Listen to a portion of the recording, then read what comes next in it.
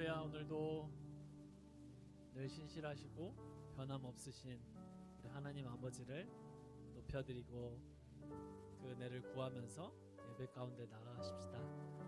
시편 33편 말씀 한 구절 같이 나누고 싶습니다. 너희 의인들아 여호와를 즐거워하라. 찬송은 정직한 자의 마땅히 할 바로다. 우리를 의인으로 불러주시는 건 우리가 의인이기 때문이 아닌 걸 아시죠? 예수 그리스도의 십자가의 보혈로 인해 우리가 의인된 것을 알고 계시죠? 그것을 믿음으로 믿고 고백하면서 주님, 우리를 의인으로 불러주신 주님 앞에 마땅히 할 것 찬양을 주 앞에 올려드리겠습니다. 그 마음으로 처음 찬양 같이 찬양하시면서 주님 앞에 나아가시겠습니다.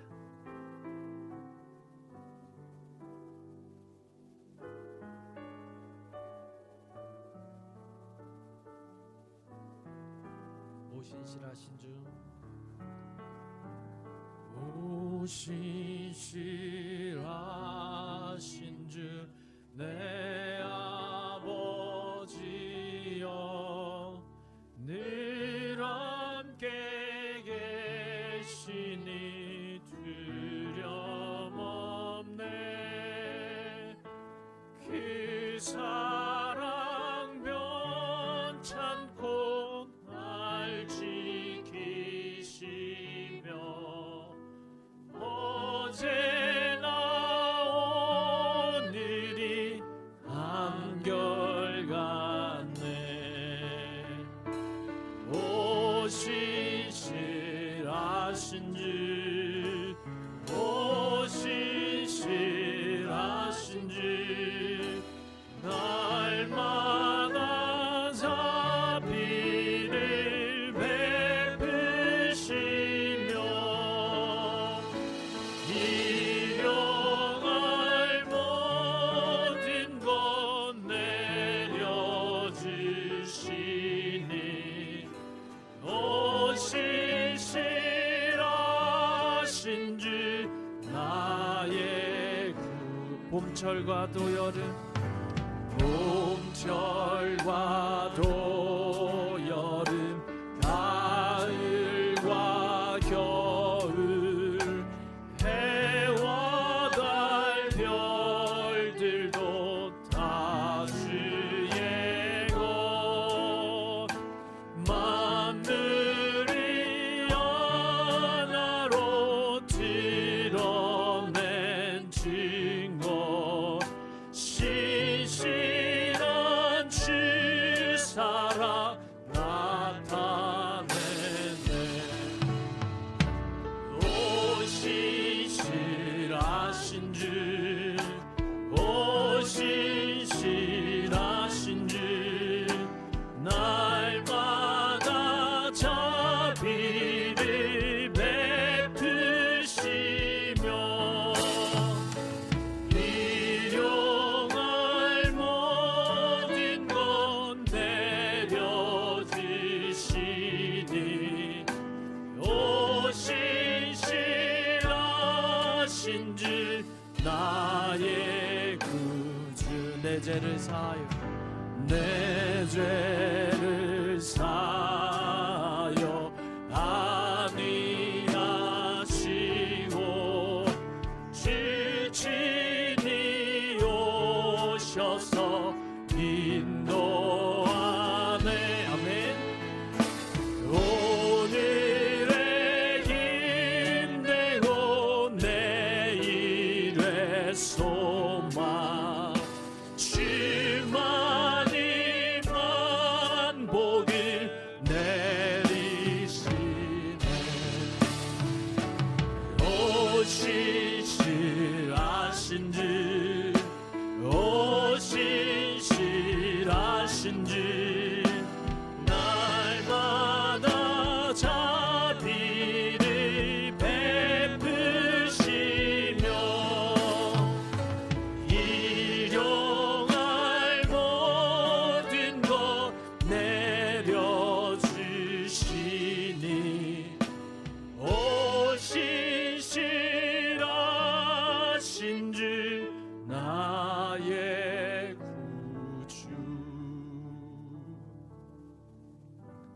여호와는 그 경외하는 자 곧 그 인자심을 바라는 자를 살피며 저희 영혼을 사망에서 건지시며 저희를 기근 시에 살게 하시는도다.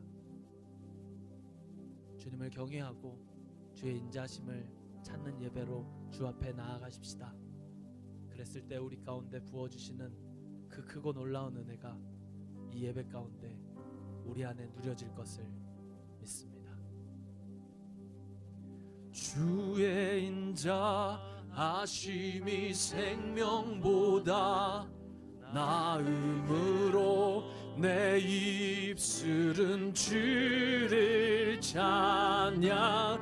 주의 인자하심이 생명보다 나음으로 내 입술은 주 찬양.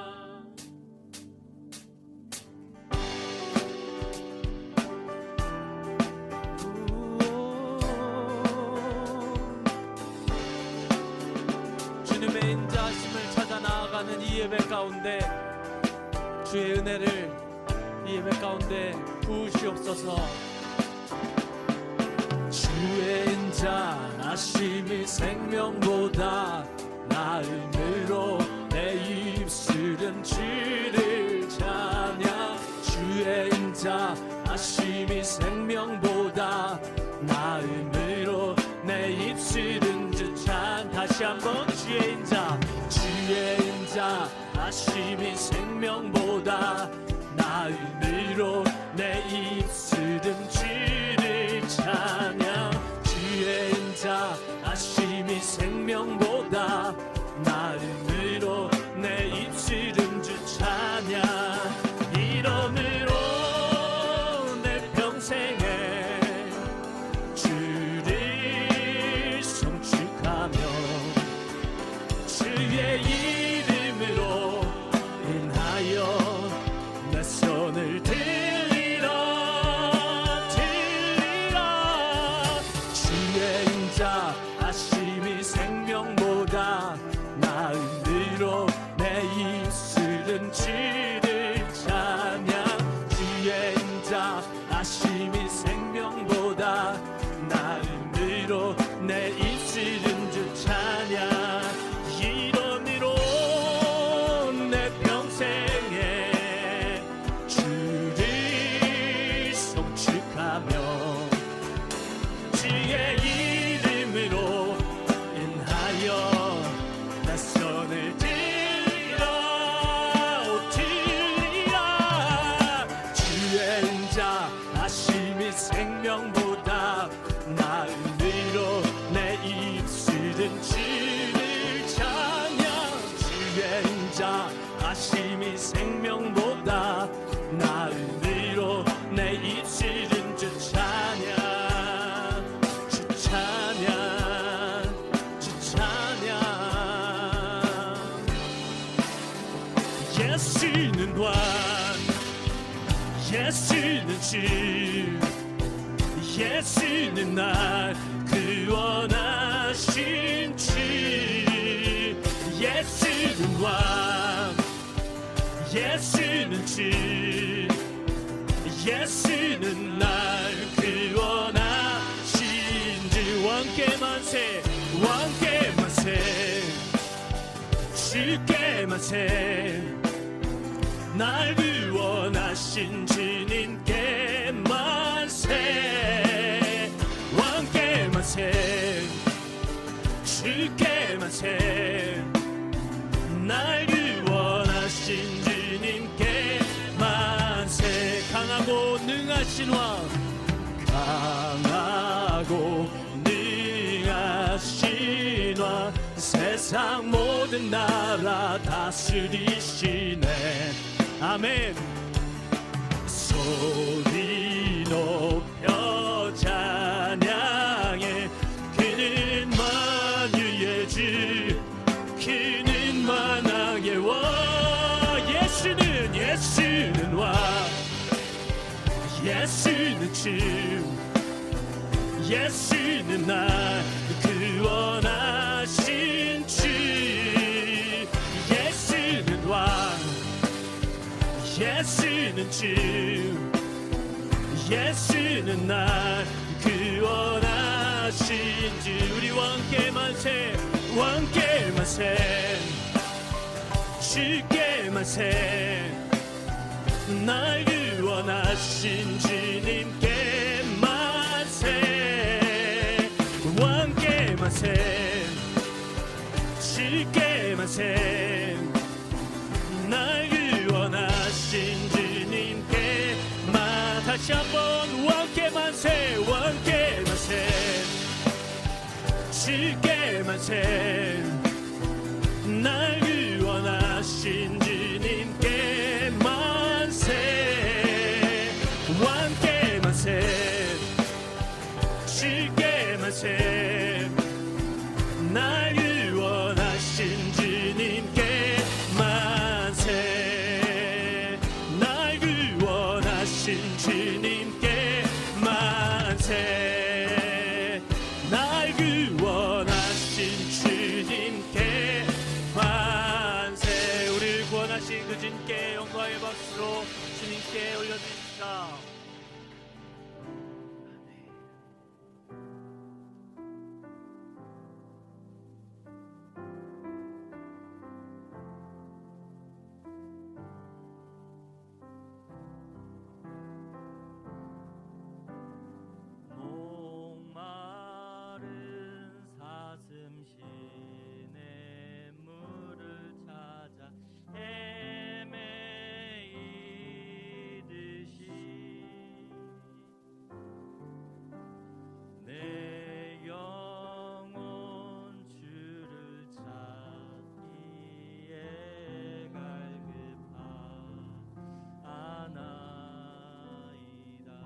주님만이 나의 힘이 되십니다. 주님만이 나의 힘, 나의 방패, 나의 참 소망. 나의 몸 정성 다 바쳐서 주님 배아니다. 금보다 귀한 나의 주님, 금보다 귀한 나의 주님, 내게 만족 주신 주. 당신만이 나의 기쁨 또한 나의 참 고백하시겠습니다. 주님만이, 주님만이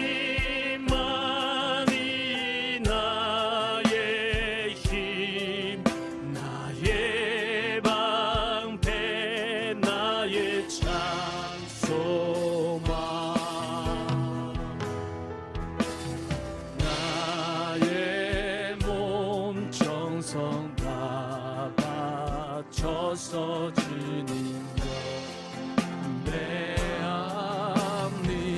주님만이 우리의 힘이 되십니다. 주님만이 나의 힘, 나의 방패, 나의 참 소망. 나의 몸 정성 다 바쳐서 주님 곁에 아니. 나의 몸 정성 다 바쳐서, 나의 몸 정성 다 바쳐서 주님 곁에 아니다.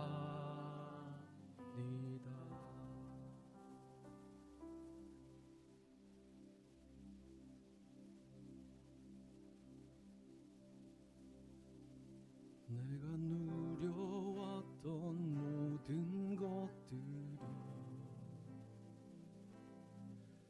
내가 지내왔던 모든 시간이, 내가 모든 순간이 당연한 것 아니라 은혜였소. 아침에 해가 뜨고 저녁에 노을, 봄의 꽃향기와 가을의 열매, 변하는 계절의 모든 순간이 당연한 것 아니라 은혜였소. 모든 것이 은혜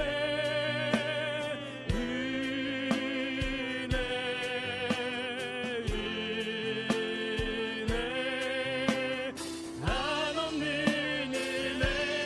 내 삶에 당연한 것 하나도 없었던 것이 모든 것이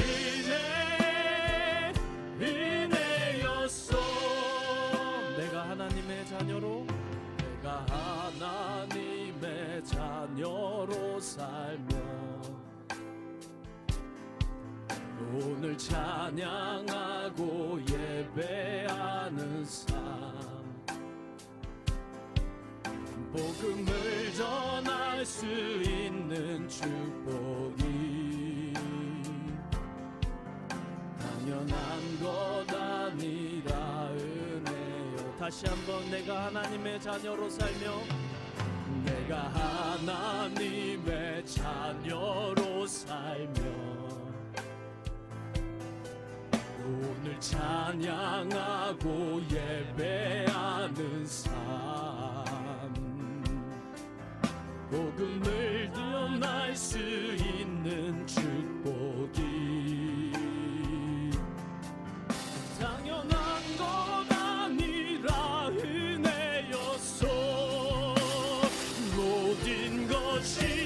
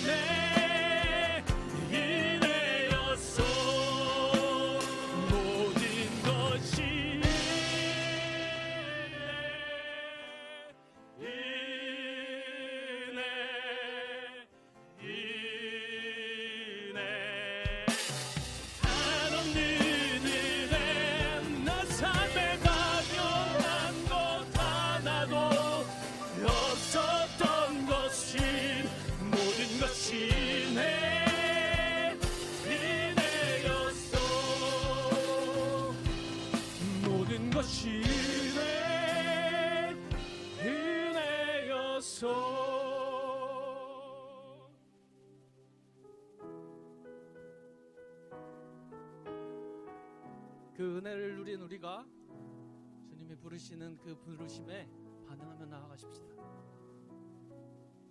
주님, 선한 능력으로 안으시네. 그 크신 발로 날 붙드시네. 절망 속에도 흔들리지 않고 사랑하는 주 얼굴 구하리. 이전의 괴로운 날 에워싸고 이전의 괴로운 날 에워싸고 고난의 길을 걷는다 해도 주님께 모두 맡긴 우리 영혼 끝내 승리의 날을 맞으리 선한 능력으로 일어서리 미만 의지하리 믿음으로 우리 고대 안에 주 오실 그날 영광의 새 날을 맞이하리 주님이 마신 고난의 쓴 잔을 우리도 감사하며 받으리 주님의 남은 고난 채워가며 예수와 복음 위에 살리라 아멘. 선한 능력으로 일어서리 주만 의지하리 믿음으로 우리 고대 안에 주 오실 그날 영광의 새 날을 맞이하리 선한 능력으로 일어서겠습니다. 선한 능력으로 일어서리 주만 의지하리 믿음으로 우리 고대 안에 주 오실 그날 영광의 그날을 맞이하리 선한 능력으로 일어서리 주만 의지하리 믿음으로 우리 고대 안에 주 오실 그날 영광의 새 날을 맞이하리 이 시간 우리가 한 마음으로 기도하십시다. 주님 이 예배를 통해서 부어주시는 은혜를 누리는 우리가 되게 하시고 그 은혜 안에서 우리를 부르시는 당신의 방향 안에 부르심 안에 우리의 삶이 그렇게 당신의 부르시는 것에 따라가는 우리가 되게 해주십시오. 그렇게 이 예배 부어주실 은혜를 기대하면서 기도하시고 이 예배 안에서 내게 부어주시는 그리고 불러주시는 그 뜻에 따라 살아가도록 우리 자신을 내어드리는 기도를 함께 드리십시다. 함께 기도하시겠습니다. 자신의 기도하심에 감사드립니다. 우리 안에 있게 하여 주시옵소서. 내게 부어주신 은혜가 너무나 크고 감사해. 주 앞에 달려와 예배하며 나아갈 때 하나님 더 바라며 기도하는 것은 당신의 뜻이 내 삶 안에서 드러나 그 삶이 정말 당신의 뜻 안에서 온전히 당신의 뜻과 합하는 삶 되도록 이 예배를 통해서 일어나주옵소서.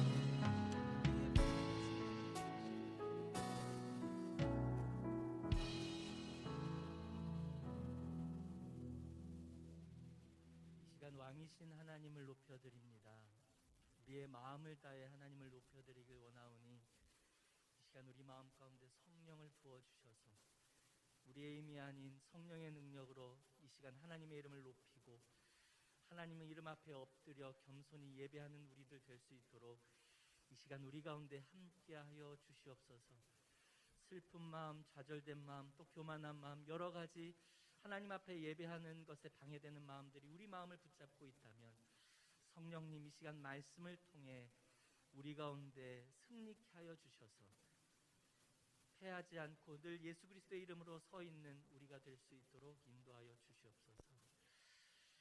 이 시간 또 우리 교회 사역들을 위해서 기도합니다. 하나님, 여러 가지 사역들, 교육 부서와 또 EGA 사역과 만나 사역, 온나 사역, 전도 사역, 여러 가지 사역들을 주셨는데 하나님, 그 사역들 가운데 오로지 예수 그리스도의 이름만이 드러나게 도와주시고 오직 그 결과가 영혼 구원의 결과로 우리 가운데 드러나고 그것으로 감사하며 기뻐하며 주님 앞에 예배하는 우리 모든 사역들 다 될 수 있도록 하나님 도와주시옵소서.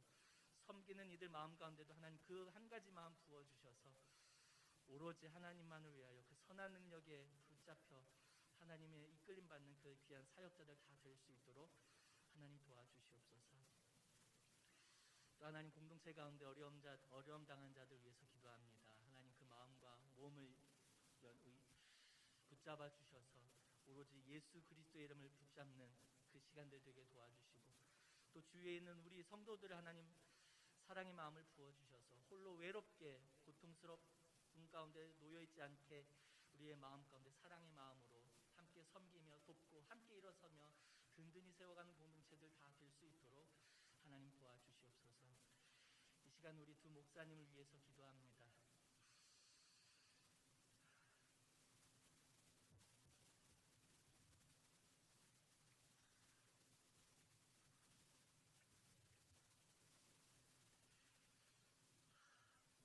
하나님, 귀한 만남 감사합니다.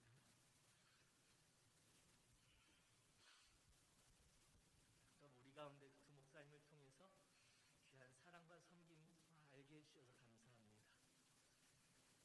하나님, 그 배운 것도 우리가 느끼고 경험한 것들 또 여전히 남아있는 우리 서로에게 함께 나눌 수 있도록 하나님 함께 역사하여 주시고 또 우리 두 목사님 또 사모님 자녀들 새로운 사역지에서 또 주님을 섬기고 성도들을 함께 섬길 때 귀한 하나님의 은혜가 그 자리 가운데 넘칠 수 있도록 도와주시고 어려움 가운데서도 오직 하나님의 영광을 드러내며 하나님의 길을 가는 귀한 두 목사님 될 수 있도록 하나님 도와주시옵소서.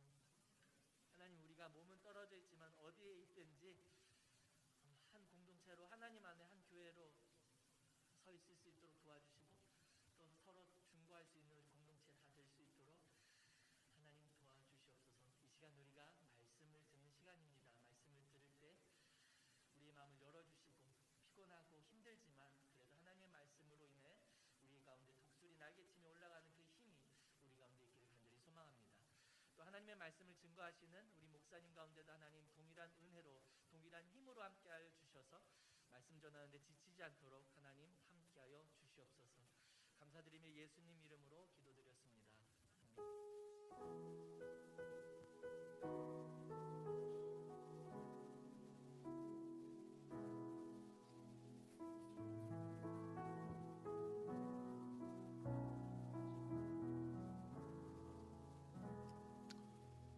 예배 나오신 모든 분들 환영합니다. 우리 서로 돌아보며 인사 나누겠습니다. 반갑습니다. 사랑합니다. 섬기겠습니다. 인사 나눠주시기 바랍니다.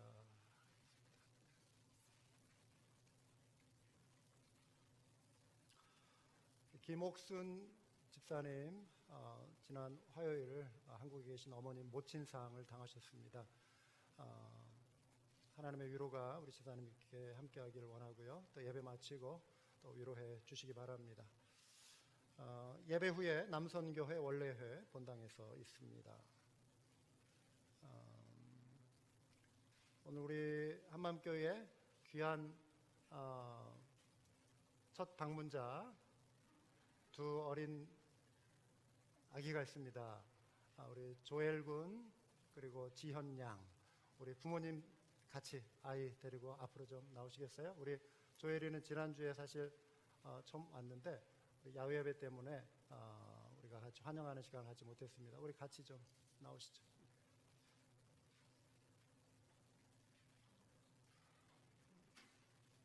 네, 우리 교회 성장에 지대한 공헌을 한 두 가정을 환영하며 우리 환영의 박수를 일단 맞아주시기 바랍니다.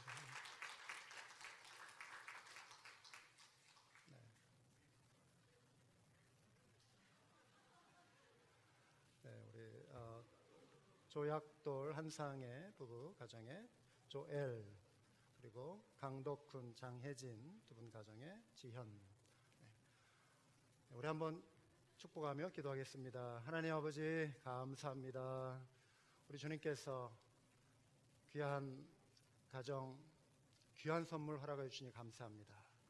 우리 조약돌 전사님 가정에 우리 조엘군, 우리 강덕훈 전사님 가정에 우리 지현이 정말 하나님의 이 놀랍고 특별한 선물을 주신 것 감사합니다. 하나님께서 계획하시고 하나님의 은혜 가운데 이 땅에 태어나게 하신 줄 믿습니다. 아이들을 향한 하나님의 선하신 뜻이 이루어질 줄 믿습니다.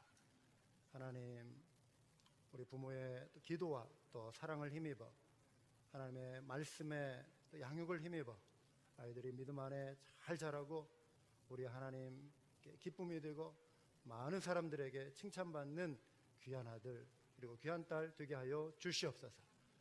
아이들이 자랄 때 필요한 모든 것들 하나님 넘치게 채워주시고 하나님의 사랑으로 놀라운 은혜로 잘 양육할 수 있는 지혜도 우리 양 부모에게 허락하여 주시옵소서. 감사와 영광을 주 앞에 올려드리오며 예수 그리스도의 이름으로 기도드리옵나이다. 아멘. 네, 축하합니다.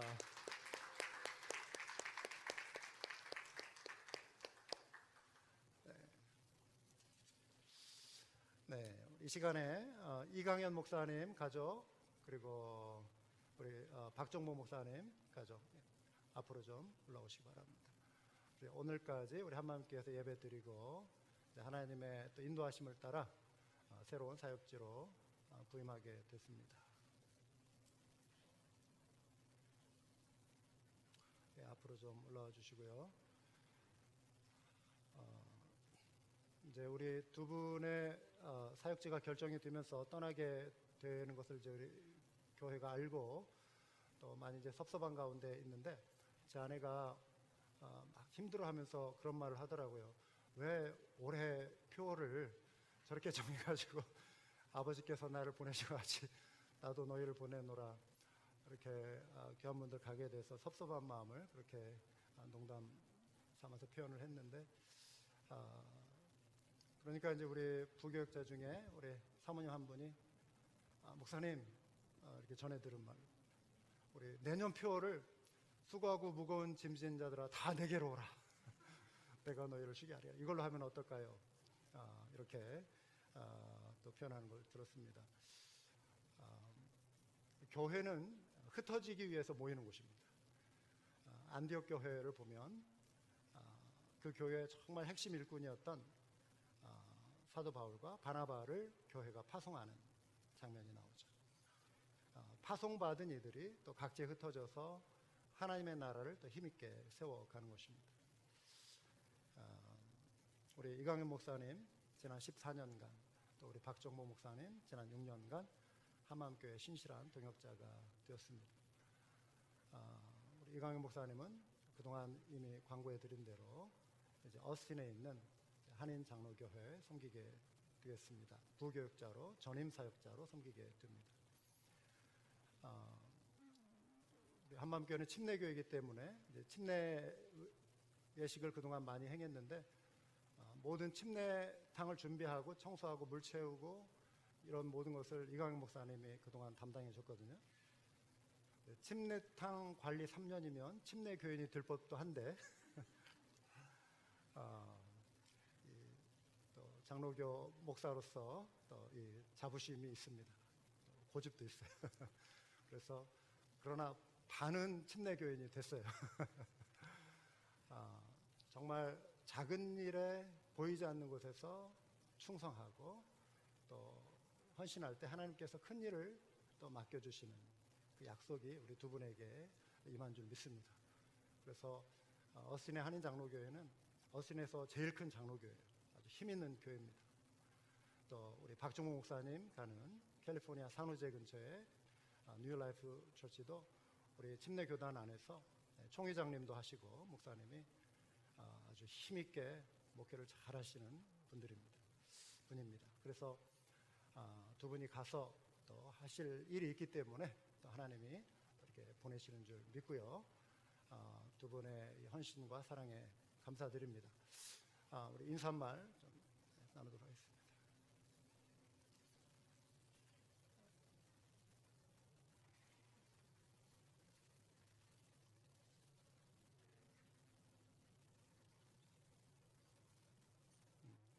마지막까지 이 마이크 사용하는 법.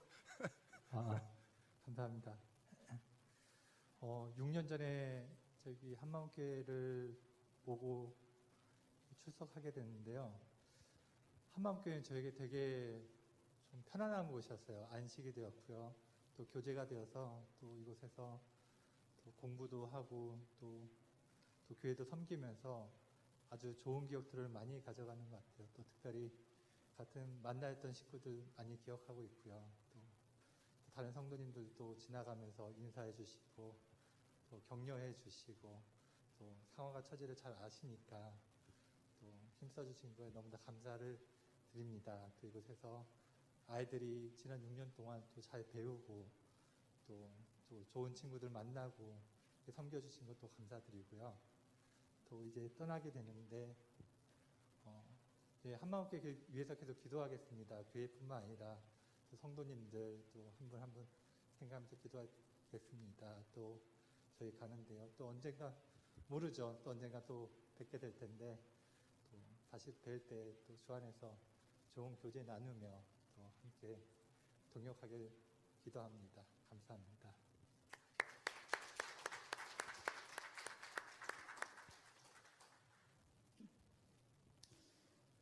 저희 한마음교회에 인도해 주신 하나님 은혜 너무 감사를 드립니다. 저희가 예배를 드리면서 큰 은혜를 많이 받았습니다.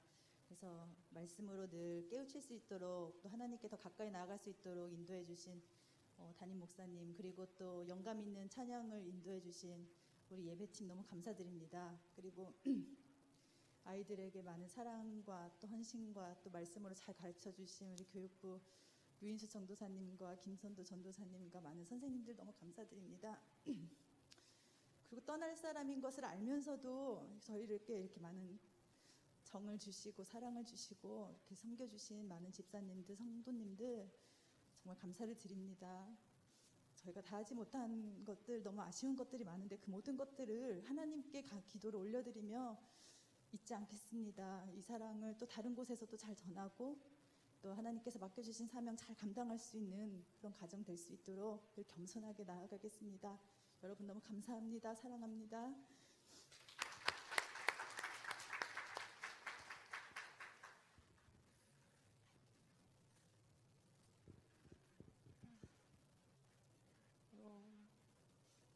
제가 한마음교회를 생각할 때 떠오르는 단어는 정말 은혜와 감사뿐이 없는 것 같습니다. 제가 여기 처음 왔을 때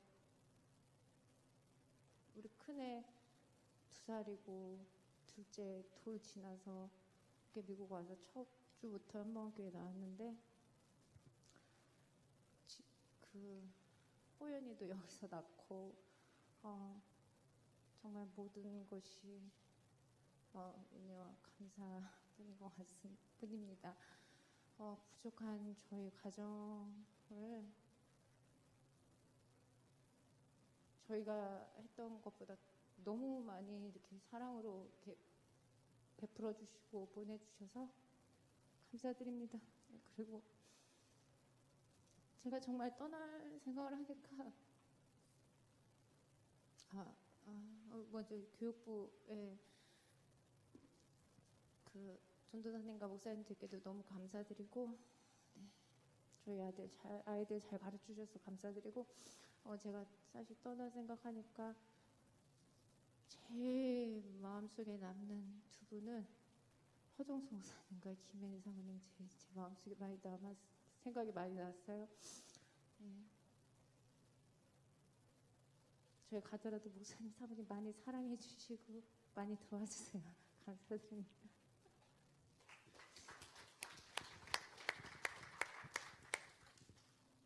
네, 안리겠습니다. 지난 14년 동안 제가 여기 있을 수 있었다는 것은 단 한 가지 하나님의 은혜였다는 것을 다시 한번 기억하며 나아갑니다.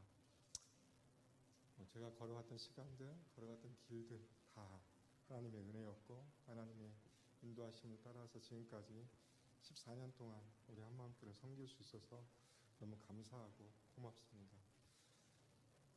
너무나도 부족한 저와 또 저희 가정을 늘 사랑으로 있는 모습 그대로 받아주신 우리 목사님, 또 우리 사역자들, 우리 성도님들 한 분 한 분께 진심으로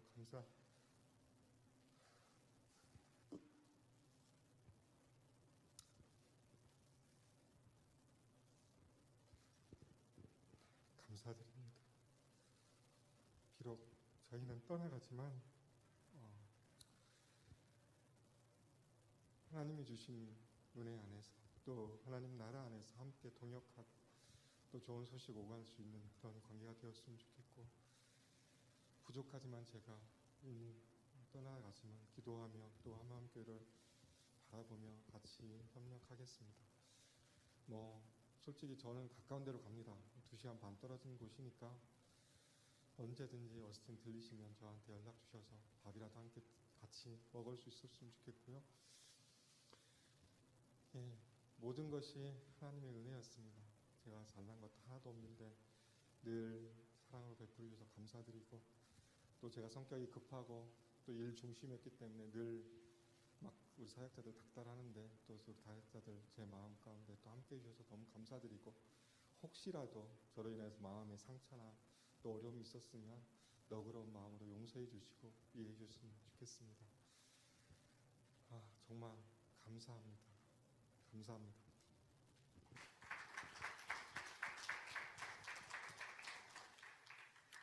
우리 남녀 선교회에서 우리 두 분께 이브라시움을 달래며 선물 준비했습니다. 우리 박정호 목사님, 이강현 목사님, 우리 지난 14년간 우리 수고해 주신 이강현 목사님께 교회에서 감사패 마련했습니다. 감사패 이강현 목사 한마음교회를 위해 지난 14년간 희생과 수고를 아끼지 않은 목사님의 헌신에 깊이 감사드리며 이 패에 우리의 마음을 담아드립니다. 2021년 지난주 날짜로 했는데요. 10월 3일 한마음교회 허종수 목사회 교우일동.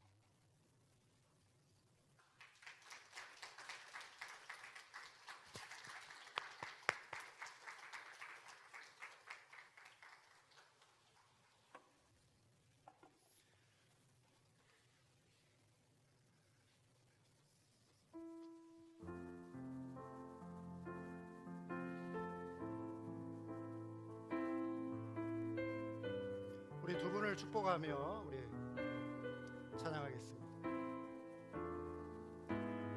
가는 길에 주의 영광이 있으리,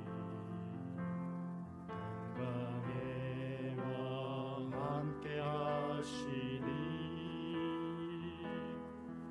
너의 걸음 걸음 주 인도하시리, 강한 손 너르시리. 너희 가는 길에 주의 축복이 있으리,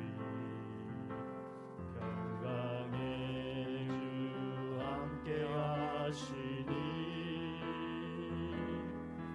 내가 밟는 모든 땅 주님 다스리니, 주의 길 예배게 되리.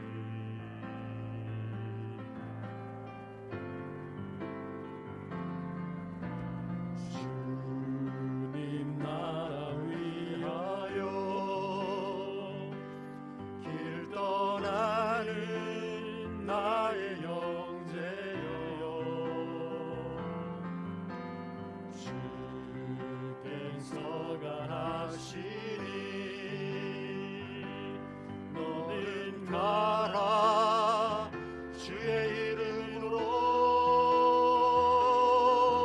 거칠은 광야 위에 꽃은 피어나고, 세상은 내 안에서 주님의 영광 보리라.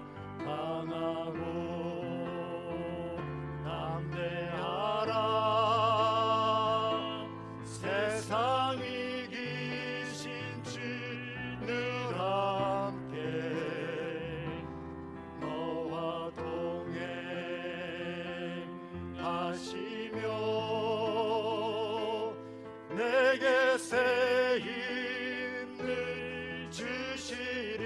주님 나라 위하여 주님 나라 위하여 길 떠나는 나의 형제여 주께서 가라시니 너는 가라 주의 이름으로 거칠은 광야 위에 꽃은 피어나고 세상은 내 안에서 주님의 영광 보리라 강하고 담대하라 세상 이기신 주늘 함께 너와 동행하시며 내게 새 힘을 주시니 네, 힘찬 격려의 박수 한번 해주시기 바랍니다.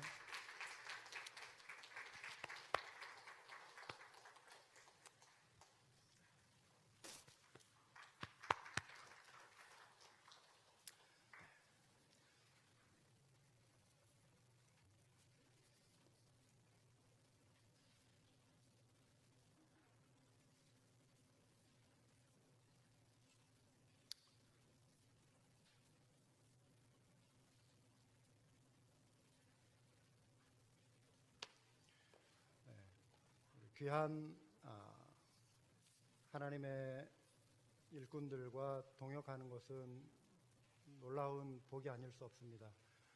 또 우리 한맘교회는 좀 특별한 교회입니다.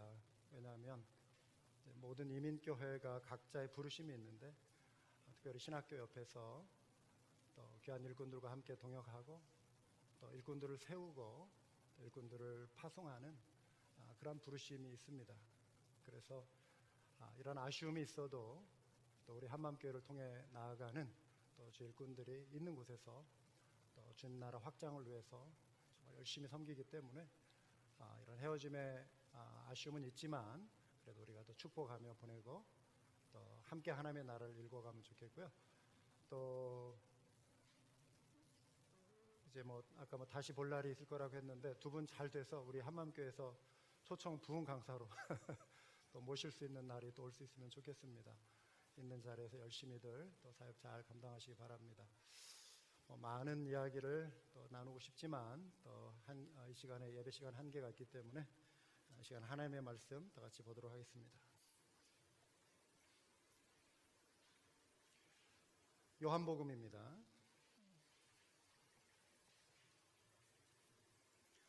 18장 10절과 11절입니다. 요한복음 18장 10절과 11절 우리 한 목소리로 같이 읽겠습니다. 같이 읽습니다. 이에 시몬 베드로가 칼을 가졌는데 그것을 빼어 대제사장의 종을 쳐서 오른편 귀를 베어버리니 그 종의 이름은 말고라. 예수께서 베드로더러 이르시되 칼을 칼집에 꽂으라. 아버지께서 주신 잔을 내가 마시지 아니하겠느냐 하시니라. 아멘. 오늘 말씀의 배경은 예루살렘 성의 건너편에 있는 올리브산 혹은 감람산이라고 하는 그 산자락에 있는 동산입니다. 우리가 잘 아는 겟세마네 동산이 바로 이곳입니다. 예수님께서 요한복음 17장 바로 앞장에서 제자들과 함께 최후의 만찬을 마무리하시는 장면에서 예수님 당신을 위한 기도, 제자들을 위한 기도, 제자들을 통해서 믿게 될 후대의 믿는 자들을 위한 중보기도를 마치셨습니다. 그리고 제자들과 함께 기드론 골짜기라고 하는 곳, 산과 언덕 사이에, 예루살렘 언덕 사이에 있는 골짜기입니다. 겨울철 우기에 강물이 넘치는 곳입니다. 평상시에는 말라 있습니다. 그 마른 골짜기를 건너서 동산에 들어가셨습니다. 한밤중이었습니다. 예수님께서 예루살렘에 오실 때면 종종 제자들과 함께 그곳에서 휴식을 취하시곤 했습니다. 가룟 유다에게도 이 장소는 익숙한 장소였습니다. 한밤중에 군병들을 대동하고 예수님을 붙잡기 위해 그 길을 안내하는 유다가 예수님이 계신 곳을 찾는 것은 어렵지 않은 일이었습니다. 유다는 그와 함께 군병들을 데리고 왔는데 3절에 보시면 이런 내용이 나옵니다. 유다가 군대와 대제사장들과 바리새인들에게서 얻은 아랫사람들을 데리고 등과 횃불과 무기를 가지고 그리로 오는지라. 이들이 빈손으로 나오지 않았습니다. 무기를 들고 왔습니다. 뭔가 긴박한 상황이 펼쳐지고 있는 것을 알아차린 베드로가 예수님을 보호해야 한다라고 하는 그 다급한 심정을 가지고 있던 칼을 뽑아버립니다. 예수님께 의논 없이 즉각적으로 행동을 취합니다. 평소 베드로는 행동이 앞서는 사람이었습니다. 10절에 보시면 이에 시몬 베드로가 칼을 가졌는데 그것을 빼어 대제사장의 종을 쳐서 오른편 귀를 베어버리니 그 종의 이름은 말고라 그랬습니다. 베드로가 들고 있었던 그 검이 정확하게 어떤 사이즈의 어떤 형태였는지 알기는 어렵지만 그 당시 로마 병사들이 사용했을 그러한 검으로 추정합니다. 보시는 사진 자료를 통해 입체적으로 나와 있지 않은 사진이기 때문에 정확하게 알기가 어렵지만 다음 사진을 보시면요, 폴란드에 있는 어느 한 박물관에 베드로가 사용했던 검의 복제본으로 전시되어 있는 검입니다. 양날 검이고요. 수풀을 자를 때 쓸 수 있는 그런 칼처럼 보이지만 실제로 전투에서 사용된 그런 칼이었습니다. 18인치에 45cm입니다. 약 무게는 5파운드 정도 나가는 정도였을 것으로 자료를 보면 그렇게 소개되어 있습니다.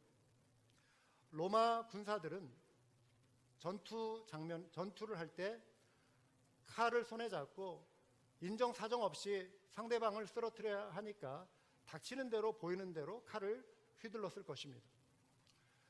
그리고 칼로 공격하기 좋은 포인트가 또 머리이죠. 투구를 쓰고 있는 병사들의 머리를 내려칠 때 투구의 약한 부분을 틈타서 칼이 꽂히면 두개골이 쪼개집니다.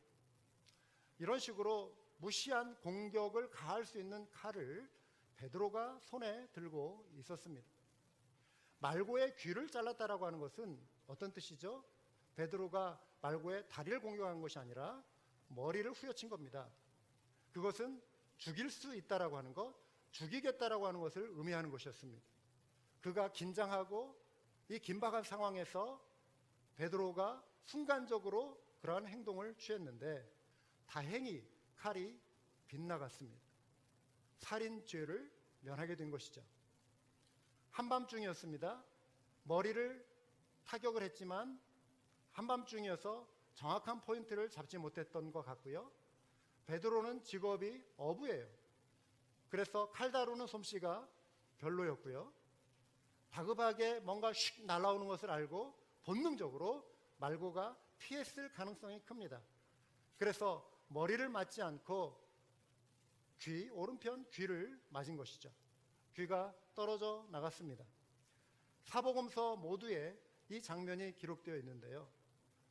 누가복음 저자는 의사입니다. 누가 그만이 예수님께서 떨어진 그 귀를 잡고 다시 고쳐주신, 치유해 주신 그 기적을 소개하고 있습니다.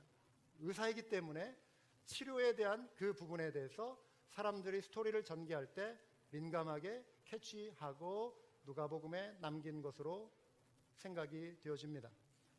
베드로가 칼을 들고 하인의 귀를 자른 모습을 보신 예수님은 칼을 칼집에 꽂으라 이렇게 말씀하셨습니다.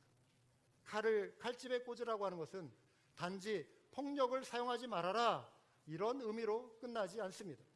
왜 예수님은 베드로에게 칼을 칼집에 꽂으라 말씀하셨을까요? 두 가지 이유를 오늘 살펴보기 원합니다. 첫 번째는 주님은 주님의 감당하셔야 할 고난의 잔을 마셔야 했기 때문입니다. 고난의 잔을 마셔야 했기 때문입니다. 11절인데요. 예수께서 베드로더러 이르시되 칼을 칼집에 꽂으라. 아버지께서 주신 잔을 내가 마시지 아니하겠느냐 하시니라. 예수님은 베드로를 비롯해서 다른 제자들에게 누누이 여러 차례 고난당하시고 십자가에 못 박이실 그것을 예고하셨습니다. 예수님이 마실 고난의 잔은 죄인들을 대신해 하나님의 진노를 감당하시는, 그리고 죽게 되시는 그 십자가를 의미하는 것이었습니다. 이미 예수님은 겟세마네 동산에서 땀이 핏방울이 되도록 기도하셨죠. 잡히시기 직전에 아버지여, 할 수만 있거든 이 잔이 내게서 지나가기를 원합니다. 그러나 내 뜻대로 마시고 아버지의 원대로 하옵소서, 이 기도를 들으셨습니다. 고난의 잔을 마시겠습니다. 아버지의 원대로 순종합니다. 예수님이 결단하시고 기도를 마치셨습니다. 그런데 베드로가 나서서 지금 칼을 든 것입니다. 저항하는 것이죠. 칼을 뽑았다라고 하는 것은 예수님, 이 고난의 잔을 마실 수 없습니다 라고 방해하는 것과 같습니다. 이 일은 처음이 아니었죠. 마태복음 16장에 예수님께서 고난당하실 것을 제자들에게 말씀하시자 베드로가 예수님을 rebuke, 책망했다, 꾸짖었다. 충정심에서 나온 말일 수 있겠지만, 아니면 그가 생각하는 하나님의 나라가 메시아의 왕국이 달라서일 수도 있겠지만, 상황을 파악하지 못한 베드로가 예수님을 붙잡고 혼냈다, rebuke했다, 꾸짖었다. 주여, 그럴 수 없습니다. 이게 무슨 말씀입니까? 고난당하시다니요? 말도 안 됩니다. 예수님이 베드로를 향하여 뭐라고 하시죠? 사탄아, 내 뒤로 물러가라. 너는 나를 넘어지게 하는 자로다. 네가 하나님의 일을 생각지 아니하고 도리어 사람의 일을 생각하는도다. 이렇게 말씀하셨습니다. 예수님은 예수님의 이 고난을 막아서는 베드로의 말을 사탄의 말로 여겼습니다. 왜냐하면 사탄은 예수님의 십자가를 방해하는 자였기 때문에 그렇죠. 구속사역을 회방했습니다. 이미 광야에서 사단이 예수님에게 나타나, 금식 중에 계신 예수님에게 나타나 시험했죠. 나에게 엎드려 절하면 이 천하만국의 모든 영광을 다 너에게 주겠다. 예수님에게 고난, 십자가, 그 구속, 그 길을 걷지 말고 이 땅에서 보이는 이 영광을 누리며 살아라 유혹했습니다. 예수님이 그 유혹을 물리치셨죠. 베드로가 칼을 뽑은 것은 예수님을 보호하겠다라고 하는 의미도 담겨 있지만, 결과적으로는 예수님의 그 고난의 잔을 막아서는 것이었습니다. 베드로는 의도하지 않게 하나님의 구속사역의 회방꾼이 되고 있는 것입니다. 베드로가 칼을 뽑은 그 마음은 이해가 되지만 이것은 빗나간 충성심이었습니다. 빗나간 충성심은 문제를 일으킵니다. 사도 바울이 유대인들이야말로 바로 빗나간 충성심에 사로잡힌 사람이었음을 지적합니다. 율법에 열심히 있었으나 하나님의 뜻을, 그 구속의 경륜을 이해하지 못하고 하나님의 아들을 십자가에 못 박았죠. 그들이 하나님께 열심히 있으나 올바른 지식을 따른 것이 아니니라 라고 로마서 10장 2절에서 지적하고 있습니다. 뿐만 아니라 베드로는 예수님의 고난의 잔에 솔직히 동참하고 싶은 마음이 없었을 수 있습니다. 예수님은 이미 누구든지 나를 따라오려거든 자기를 부인하고 자기 십자가를 지고 나를 따르라 말씀하셨습니다. 칼을 뺀다라고 하는 것은 십자가 앞에서 자기 부인이 아닌 십자가를 거부하는 자기 주장이 되는 것입니다. 사도 바울은 이런 모습을 십자가의 원수로 행하는 것이라고 설명하고 있습니다. 그들은 땅의 일을 생각하는 사람들이라고 말했습니다. 복음의 본질은, 그리고 십자가는 세상과 충돌할 수밖에 없습니다. 복음의 가치와 세상의 가치는 정반대입니다. 죄와 어둠, 세상이 바로 이것입니다. 그렇기 때문에 십자가는 죄와 어둠을 향하여 비추는 밝은 빛입니다. 세상은 그 빛을 싫어합니다. 십자가는 죄와 어둠의 권세 가운데 사로잡혀 있는 이 죄인을 구속하는 예수 그리스도의 대속, 그 은혜의 경륜입니다. 세상은 이것을 싫어합니다. 그런데 그리스도인들 가운데 세상과 싸우고 싶지 않고 고난을 받고 싶지 않는 이들이 있습니다. 그래서 급기야 십자가의 원수로 전락하는 경우도 생기고 많은 것입니다. 나와 세상이 크게 보이면 여러분 십자가는 안 보여요. 하지만 하나님의 은혜가 크면 내가 안 보입니다. 십자가를 거부하는 것은 주님을 향한 순종을 거부하는 것입니다. 희생과 고난을 거부하는 것입니다.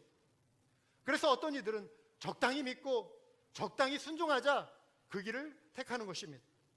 칼에 칼집을 꽂는 것은 주님을 위한 고난에 내가 기꺼이 동참하겠습니다, 그 의지를 표현하는 것입니다. 그 순종을 보여주는 것입니다. 여러분은 어떻습니까?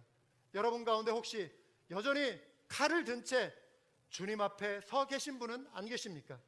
그렇다면 그것은 이렇게 말하는 것과 같습니다. 주님을 따르기 원하지만 고난과 희생, 그것을 요구하는 일은 이 칼로 가로막겠습니다. 주님을 따르겠지만 저에게는 희생과 고난이 있을 수 없습니다. 저는 그것을 거부합니다 라고 말하는 것과 같습니다. 불순종의 칼을 순종의 칼집에 꽂으시기 바랍니다. 그리고 주님의 고난에 동참하며 나의 자아를 부인하고 나에게 주신 십자가를 지고 주님을 따르겠다라고 하는 새로운 결단이 오늘 저와 여러분 가운데 있기를 주님의 이름으로 축원합니다. 예수님은 왜 칼을 칼집에 꽂으라고 말씀하셨을까요? 두 번째 이유는 주님 나라는 이 세상에 속한 것이 아니었기 때문입니다. 붙잡히신 후에 빌라도 앞에 끌려간 예수님은 로마 제국을 대표하는 빌라도에게 이렇게 말씀하셨습니다. 예수께서 대답하시되 내 나라는 이 세상에 속한 것이 아니니라. 만일 내 나라가 이 세상에 속한 것이었다면 내 종들이 싸워 나로 유대인들에게 넘겨지지 않게 하였으리라. 이제 내 나라는 여기에 속한 것이 아니니라 말씀하셨습니다. 하나님의 나라는 총과 칼로 이루어가는 것이 아닙니다. 절대로 그렇지 않습니다. 총과 칼로 정복하는 것은 하나님의 나라 방식이 아닙니다. 하나님의 나라는 의와 사랑과 평강입니다. 예수님이 죽기까지 낮추시고 아버지의 뜻에 순종하심으로 통치자가 되셨습니다. 빌립보서 2장의 10절에 하늘에 있는 자들과 땅에 있는 자들과 땅 아래에 있는 자들로 모든 무릎을 예수의 이름에 꿇게 하셨습니다. 디모데전서 6장 15절에 나오는 것처럼 이로써 예수님은 오늘도 우리를 다스리시는 만왕의 왕, 만유의 주가 되신 줄 믿습니다. 하나님의 나라가 임한 거예요. 하나님의 나라가 하나님의 방식대로 임한 것입니다. 하나님의 나라는 우리의 삶에 실제로 임해야 합니다. 우리 각자 개개인의 삶에, 우리 마음에 임해야 하는 거예요. 하나님의 나라가 임한다는 게 무슨 뜻이죠? 내가 주인 노릇하고 내가 통치하던 나를, 내 자아를, 내 주인됨을 예수 그리스도 앞에 굴복하는 거예요. 포기하는 것입니다. 주님이 내 삶을 다스리십니다. 주님이 내 삶의 주인이십니다. 주님께 내 삶이 있습니다. 내 삶의 미래가, 내 삶의 현재가 주님께 있습니다. 주님의 뜻 가운데 있습니다. 주님이 내 삶의 주인이십니다. 이 고백이 하나님의 나라를 내 마음 가운데 모시는 우리의 믿음의 고백인 줄 믿으시기 바랍니다. 이것을 자기 부인이라고 하는 거예요. 자기를 부인하는 것은 자기 자신을 잊어버리고 예수 그리스도를 이제 알아가겠습니다. 주님을 알아가는 것에 힘쓰는 것입니다. 십자가를 지는 것이 어려운 이유가 무엇일까요? 다른 거 없습니다. 우리가 우리 자신, 우리 자아를 너무나도 사랑하기 때문에 그래요. 끔찍하게 사랑합니다. 우리 자아를 너무나 사랑해서 십자가를 받아들이기 싫어하는 거예요. 나를 부인하고 나를 잊으면 그런데요, 십자가가 보이기 시작해요. 십자가가 선명해지기 시작합니다. 십자가를 진다는 것은 주님을 위해 내가 이제는 모욕도 당할 수 있습니다. 주님 때문에 이제 삶의 불편함도 감수할 수 있습니다. 주님 때문에 고생도 각오할 수 있습니다. 주님 때문에 수치도 당할 수 있습니다. 이게 십자가를 지는 거예요. 자아를 사랑하면 나는 모욕당하기 싫습니다. 누군가 나에게 수치감을 주면 저는 화가 나고 되갚아주고 싶습니다. 저는 고생하는 거 싫습니다. 주님 때문에 저는 편안한 길을 내려놓기 어렵습니다. 여러분, 우리 권리 중에 누군가 화를 내면 나도 화를 내고 대응할 권리가 있다라고 우리는 생각을 합니다. 그렇죠. 여러분, 그런 경우 많이 있지 않습니까? 그런데요, 그 분노가 복음을 가로막는 칼이 될 수 있다고 하는 거예요. 분노의 칼을 다스리고 그 칼을 칼집에 꽂으시기 바랍니다. 칼을 뽑아 나를 알리고, 칼을 뽑아 내 명예를 알리고, 칼을 뽑아 내 권리를 주장하고 싶다 할지라도 그 권리를 포기하시기 바라요. 이것이 칼을 칼집에 꽂는 것입니다. 일전에 한번 소개해드린 예화입니다. 오래전에 한국에 있을 때요, 퇴근할 때 지하철에서 내려서 이제 지상으로 계단을 밟아 막 올라왔어요. 어디선가 찬송 소리가 막 들려요. 많은 사람들이 함께 부르는 복음성가, 귀에 익숙한 찬송인데요, 이렇게 올라가서 보니까 어느 교회에서 단체로 전도팀이 나와 있는 거예요. 많은 숫자, 한 이 정도 절반 되는 숫자가 딱 진열해가지고 공터 앞에서, 버스 정류장 앞에 사람들이 막 왔다 갔다 하고 버스를 기다리고 있고, 여기에서 막 유니폼을 입고 또 띠를 두르고 예수 천국 뭐 이런 거 있잖아요. 예수님 믿으세요 뭐 이런 띠를 두르고 막 찬양하면서 전도하는 단체 노방 전도팀이었어요. 그런데 갑자기 찬송 소리, 찬양 소리 틈에 막 시끌시끌 소리가 막 들려요. 이렇게 보니까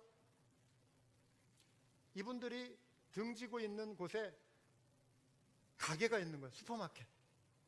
그러니까 그 슈퍼마켓 앞에서 전도팀이 막 서가지고 막 찬양을 하니까 소위 말하는 이제 영업 방해죠. 주인 입장에서 화가 난 것 같아요. 아마 10분 정도 서 있었던 게 아니라 좀 오래 있었던 것 같고, 옥신각신 뭐 이전에도 이런 일이 있었는지 없었는지는 잘 모르겠고, 이분들이 여기에 있었는지 뭐 1시간이 됐는지 뭐 30분이 됐는지 잘 모르겠지만, 가게 주인은 상당히 불쾌하고 짜증이 나고 예수님 안 믿는 분 같았고 막 왈왈한 그런 분 같은데, 가게에서 나오더니만 바가지에 뭔가를 잔뜩 담아가지고 한 줌 쥐고 확 뿌리는데 보니까 소금이에요. 소금. 부정탄다, 저리 가라, 시끄럽다 이거죠. 그런데 소금을 뿌리자마자 그 찬양팀을, 전도팀을 인도하던 그 리더격으로 보이는 분이 갑자기 돌아서서 우통을 막 벗기 시작하는 거예요. 옷을 막 벗으면서 달려들기 시작하는 거예요. 이씨 하면서 한판 붙겠다는 뜻으로 가는 거예요. 뭔가 그 신경전이 있었던 것 같아요. 저와 전혀 상관없는 그런 장면이었지만 예수 믿는 자로서, 목사로서 그 상황을 외면하면 안 되겠더라고요. 얼른 가가지고 이분을 막았었어요. 막아서 가지고 조용히 말했어요. 지금 이러시면 안 됩니다. 네? 싸우시면 지금까지 전도하고 예수 믿으시오 했던 거 말짱 헛것입니다. 이 사람들 앞에, 또 그분 앞에서 이 혈기로 이런 식으로 하면 안 됩니다. 제가 막 진지하게 말씀드렸어요. 이 화가 나면, 감정이 앞서면 이성적인 판단력이 사라지잖아요. 소금 뿌리니까 이분이 자존심이 상한 거죠. 이분이 예수 믿은 지 얼마 안 됐거나 얼마 전에 막 회심해가지고 막 이 뜨거움으로 나왔을 수도 있어요. 한때 좀 이분도 나름대로 세상에서 자기도 한가닥 한다고 하고 뭐 남에게 이렇게 소금 뿌림 당할 만큼 그렇게 자존심 구겨가며 살 수 있는 그런 사람 아니다. 내가 누군데 이러면서 막 달라드는 것 같은데, 예수님 믿고 이제 예수님 전하는 위치에 있는데 그 분노의 칼 뽑으면 안 되잖아요. 말렸어요. 그러자 이분이 갑자기 그 말 들으니까 정신이 확 돌아온 것 같더라고요. 가가지고 여러분 기도합시다 이러더라고요. 그러니까 다 무릎 꿇더니 또 그냥 행동 통일이 잘 돼요. 쥐야 하면서 통성기도하는 모습을 보고 어떻게 이 상황을 해석해야 할까 하면서 오게 됐는데요. 이런 것이죠. 어떤 상황에서 우리는 우리가 당한 어떤 모욕감에 대해서 대응할 수 있는 권리가 있다라고 생각하지만 그 칼을 뽑아드는 순간 오히려 하나님의 영광을 가리게 되는 일들이 생길 수 있다라고 하는 것입니다.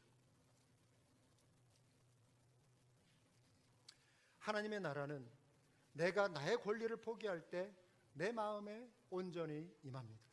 물론 우리는 우리의 명예를 지킬 권리가 있고 우리의 이름을 알릴 권리가 있고 세상에서 좋은 것을 누릴 권리가 마땅히 있죠.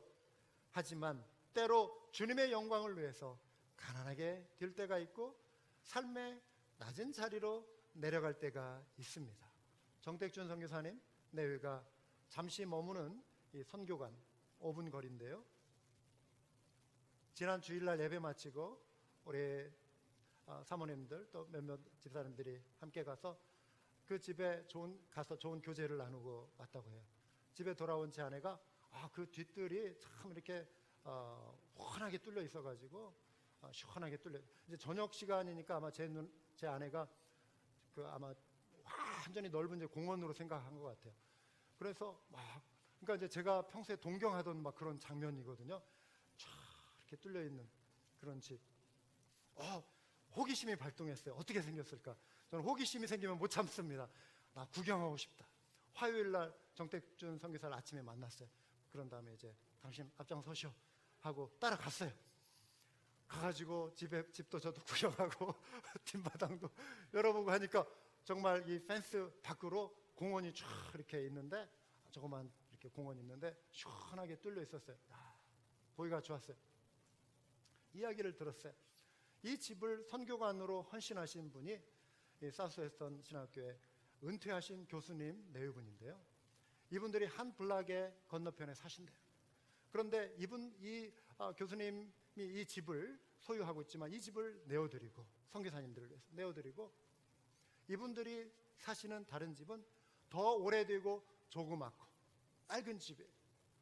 그런데 선교사님들이 선교지에서 고생하고 힘들고 그러는데 와서 잠깐 머물고 쉬는 동안 편안하게 쉬고 또 이렇게 시원하게 뚫린 정말 바라만 봐도 힐링이 되는 이런 곳에서 좀 영적으로 정신적으로 재충전되어서 가시면 좋겠다 하고 이분들이 오히려 불편한 곳으로 가시고 더 좋은 장소를 이렇게 내어드린 거예요. 주인으로서 마땅히 더 좋은 거 선택할 수 있는 권리가 있죠. 누가 뭐라고 안 해요. 그 오래되고 좀 더 낡은 집 내어드려도 어느 누구도 뭐라고 할 사람 없고 그것도 너무 귀한 헌신이죠. 그런데 이 교수님 내외분이 그걸 선택한 거예요. 이 역시 칼집에 꽂는 거예요.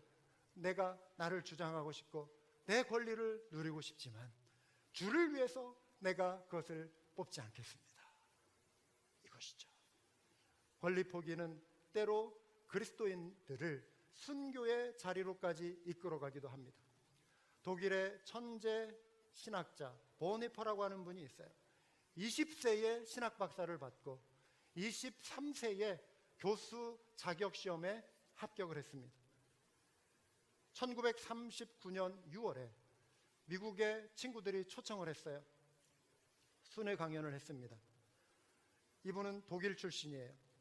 히틀러가 정권을 잡은 독일의 상황이 좋지 않으니 미국에 잠시 머무르라라고 하는 친구들의 권유가 있었어요. 누가 생각해도 보네퍼가 미국에 남아있는 거에 대해서 뭐라고 할 사람 아무도 없어요. 욕할 사람 없어요. 그러나 그는 편안하고 안전할 수 있는 이 권리를 포기하고 독일에 들어갔습니다. 독일 민족이 지금 순환을 당하고 있어요. 그 당시에 많은 교회들이 타협했어요. 정권의 압력에 굴복하고 히틀러를 찬양했습니다. 그런데 유태인을 잔악하게 지금 핍박하고 감금하고 죽이는 이러한 모습들을 볼 때 보네포는 신앙의 양심으로 이것을 인정할 수 없다. 또 거기에 저항하는 교회들이 있었어요. 나는 이들과 함께하겠다. 독일의 그리스도인들과 운명을 함께해야 한다. 만일 이 어려운 때에 내가 국민들과 함께 고난을 받지 않는다면 전쟁이 끝난 후 자기 자신은 독일의 재건 운동에 참여할 권리가 없다. 부끄러움이 있다.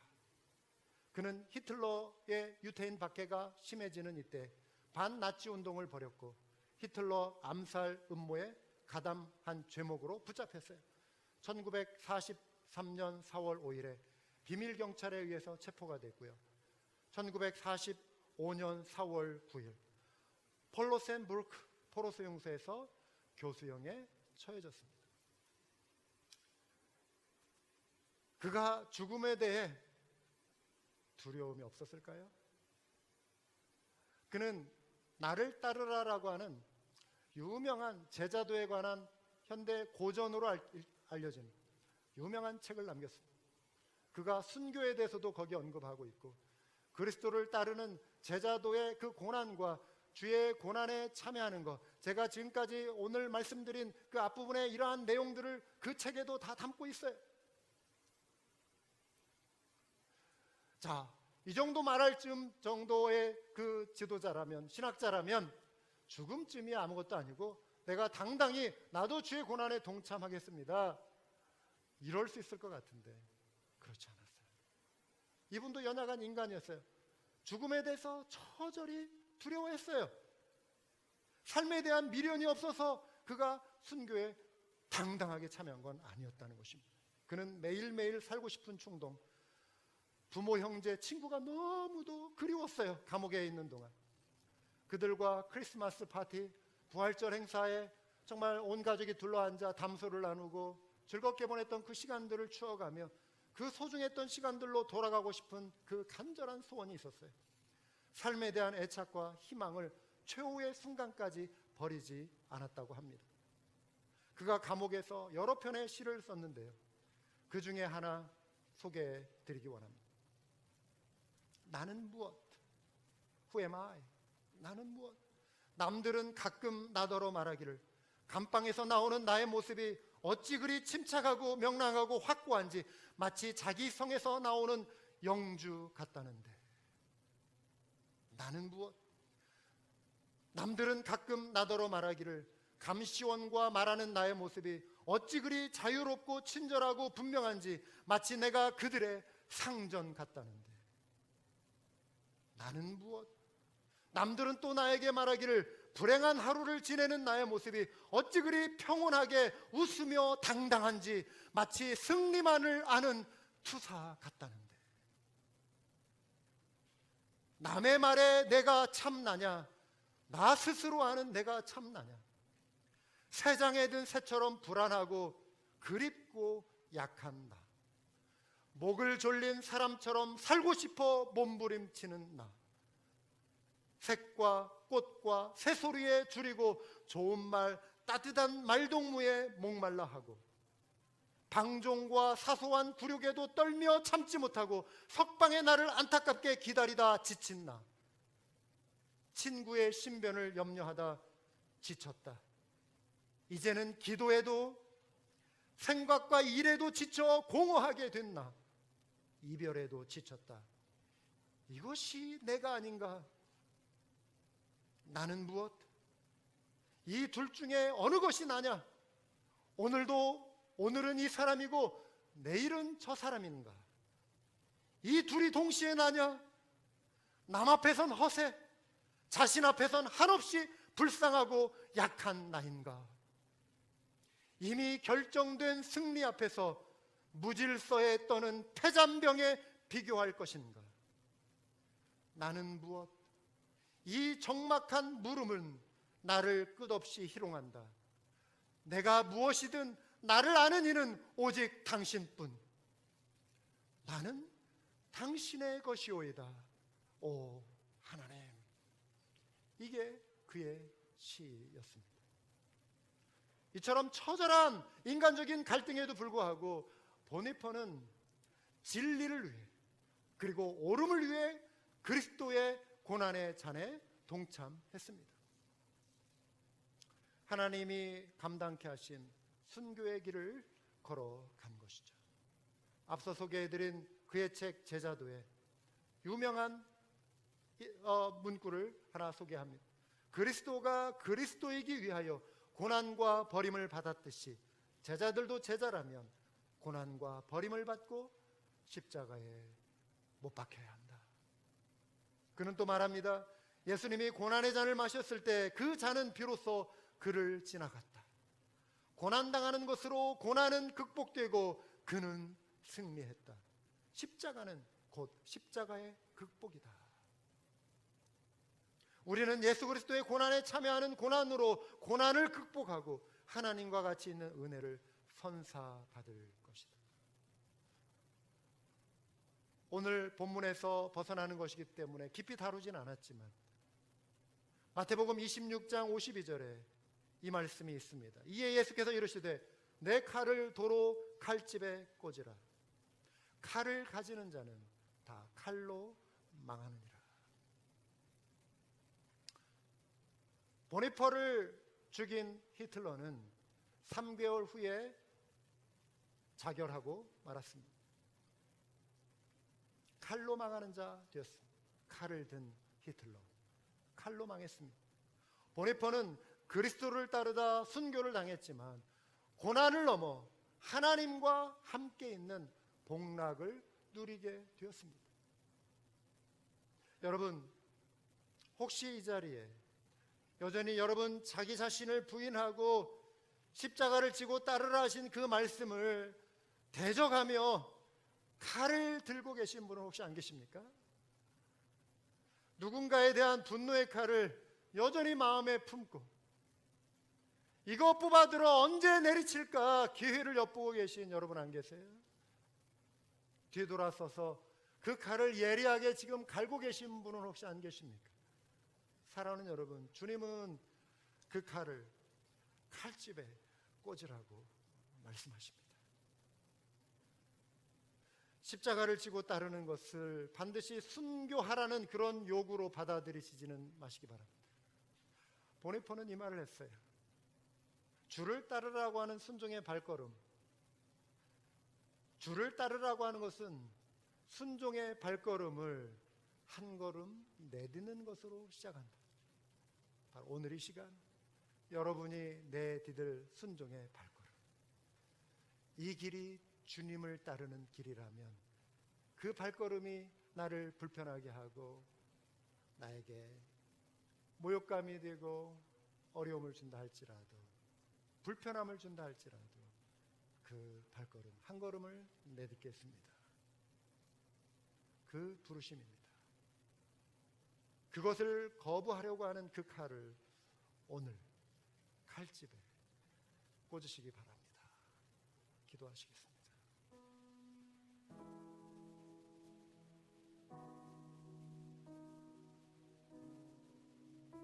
여러분이 들고 계신 그 칼은 무엇입니까? 주님이 나를 따르라 말씀하셨는데 주님 따르는 것까지는 좋지만 주님과 함께 당하는 십자가의 고난은 싫습니다. 언제든 고난이 내 앞에 닥쳐오면 이 칼로 다 막아버리겠습니다. 다 쳐내겠습니다. 그 칼입니까? 여러분이 들고 계신 칼은 무엇입니까? 누군가 여러분에게 뾰족한 칼을 겨눈 그것에 놀래서 나도 칼을 들고 언젠가 기회가 된다면 한 방 날려야겠다. 벼르고 있는 그 칼날입니까? 분노의 칼날입니까? 미움의 칼날입니까? 오늘 이 시간 이 두 가지 종류의 칼을 칼집에 꽂으시기 바랍니다. 예, 주님, 제가 그 칼을 칼집에 꽂겠습니다. 그 결단의 기도를 드리시고 평안 가운데 돌아가는 이 시간 되기 원합니다. 다 같이 한번 기도하시겠습니다.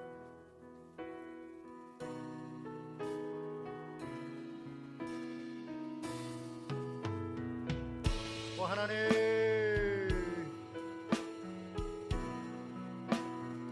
주님,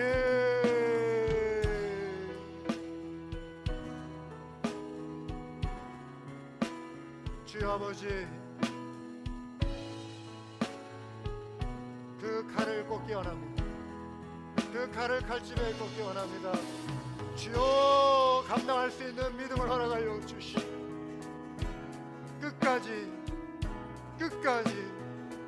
끝까지 신실하게 주를 따를 수 있는 자 되게 하여 주시오. 오 하나님, 제 연약함을 용서하여 주시오.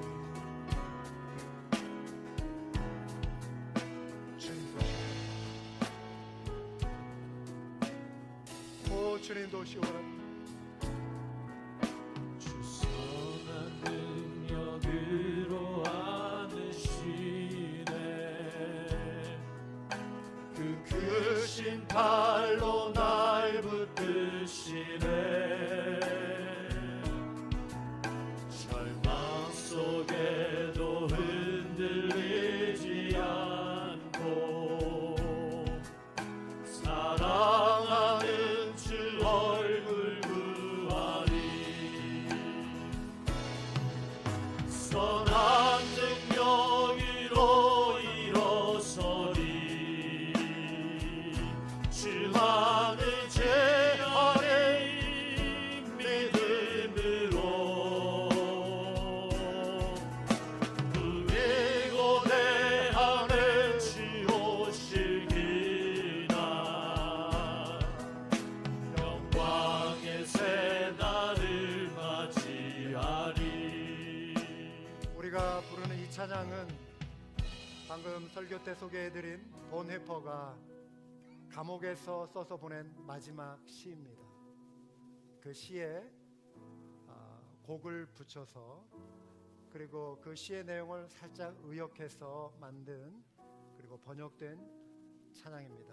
독일어로 쓰여진 곡인데요, 우리 주님을 따르고자 하는 우리 순전한 마음을 담아 우리 찬양 부르도록 하겠습니다. 2절입니다. 이전의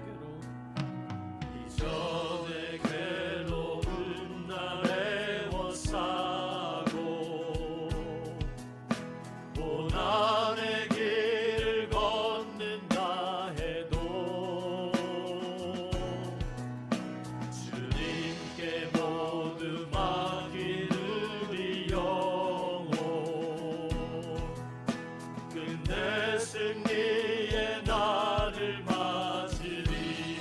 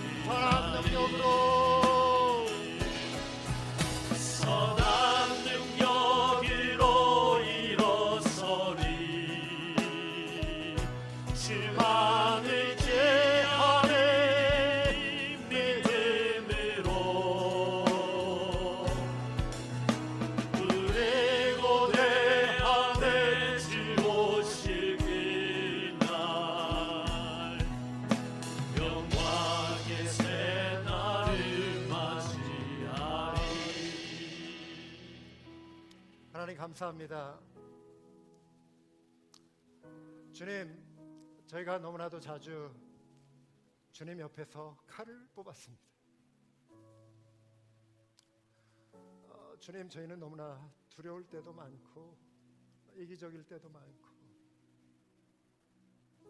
교만할 때도 많고 너무나도 저희 자아를 끔찍이 사랑한 나머지 주님의 영광, 주님의 십자가보다 저의 영광, 저의 길을 주장할 때가 너무나도 많았습니다. 십자가 앞에 선 베드로, 저희가 바로 그의 모습입니다.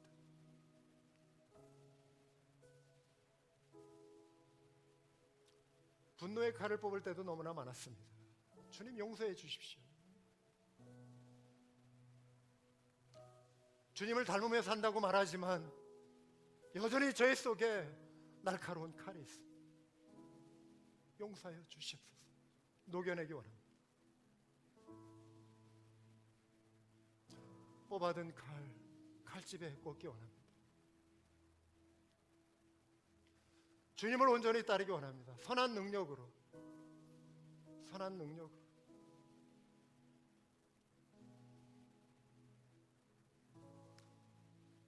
주님, 사랑하는 아우 이강현 목사, 박종복 목사를 위해 기도합니다. 이들 또한 선한 능력으로 일어서 힘있게 주의 사역 잘 감당케 하여 주시옵소서. 이 자리에 준비되어지고 있는 모든 사역자들 아름답게 더욱 빚어 주시옵소서. 이 자리에 함께 아름다운 파송을 한 우리 사랑하는 우리 한마음교회 성도들, 우리 신학생들을 품고 사랑하며 함께 섬기는 우리 귀한 우리 한마음교회 믿음의 가족들, 선한 능력으로 일어서게 하여 주시옵소서. 주님을 바라봅니다. 오직 주님을 의지합니다. 이제는 우리 주 예수 그리스도의 크고 놀라우신 은혜와 아버지 하나님의 극진하신 사랑과 성령님의 감동하심, 그 칼을 오늘 칼집에 꽂겠습니다. 다짐하고 돌아가는 당신의 모든 제자들 위해 영원토록 함께 하시기를 우리 주 예수 그리스도의 이름으로 간절히 축원하옵나이다. 아멘.